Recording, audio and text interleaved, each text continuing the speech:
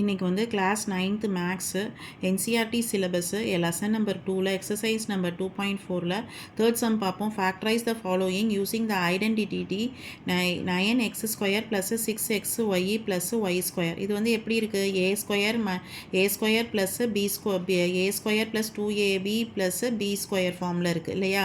First identity என்னது? a + b whole square is equal to a² + 2ab + b². இப்போ நம்ம என்ன கண்டுபிடிக்கணும்னா இது கொடுத்துருக்காங்க. இதுலேருந்து நம்ம எது கண்டுபிடிக்க போகிறோம்னாக்கா a + b ஹோல் ஸ்கொயரை கண்டுபிடிக்க போகிறோம். அப்போ ஏன்றது வந்து என்னது?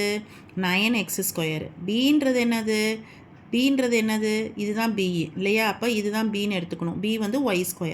அப்போ இதை எப்படி எழுதலாம்? நம்ம 3x² எழுதலாம் நம்ம இல்லையா? அதே மாதிரி இதை வந்து எப்படி எழுதலாம்? 3x ஹோல் ஸ்கொயர்னு எழுதலாம். அதே மாதிரி y² எழுதிக்கலாம். இப்போ நம்ம இதை ஃபார்முலாவில் சப்ஸ்டியூட் பண்ணலாமா? 3x + y whole square. இதை எப்படி எழுதலாமா? 3x + y 3x + yன்னு சொல்லி இப்படி பிரித்து எழுதிக்கலாம். இல்லை இதோடையும் நீங்கள் ஸ்டாப் பண்ணிக்கலாம்.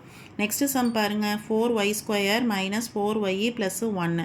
இது எப்படி இருக்குது? a - b ஹோல் ஸ்கொயர் ஃபார்மில் இருக்குது. a² - 2ab + b². ஸோ ஏன்றது 4y², bன்றது 1. அப்போ 2y², 1² தான் ab கண்டுபிடிச்சிட்டோம்.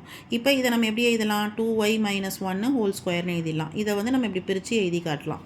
சரியா? இல்லைனா அது அந்த முன்னாடி ஸ்டெப்போட ஸ்டாப் பண்ணிக்கலாம். நெக்ஸ்ட்டு சம் பாருங்கள். x² - y² / 100ன்னு இருக்குது. இது எப்படி இருக்குது? a² - b² ஃபார்மெட்டில் இருக்குது. அப்போனா என்ன formula? a + b a - b. So x²ன்றது x இப்படி எழுதிக்கலாம். y / 100 அப்படின்றது y / 10 ஹோல் ஸ்கொயர்னு எழுதிக்கலாம். அப்போ எப்படி எழுதலாம்? y² - y / 10 ஹோல் ஸ்கொயர் அப்படின்னு எழுதலாம். அப்போ x + y / 10 x - y / 10ன்னு எழுதலாம். உங்களுக்கு இந்த சம பிடிச்சிருந்தா லைக் பண்ணுங்கள், கமெண்ட் பண்ணுங்கள், ஷேர் பண்ணுங்கள், சப்ஸ்கிரைப் பண்ணுங்கள். தேங்க்யூ.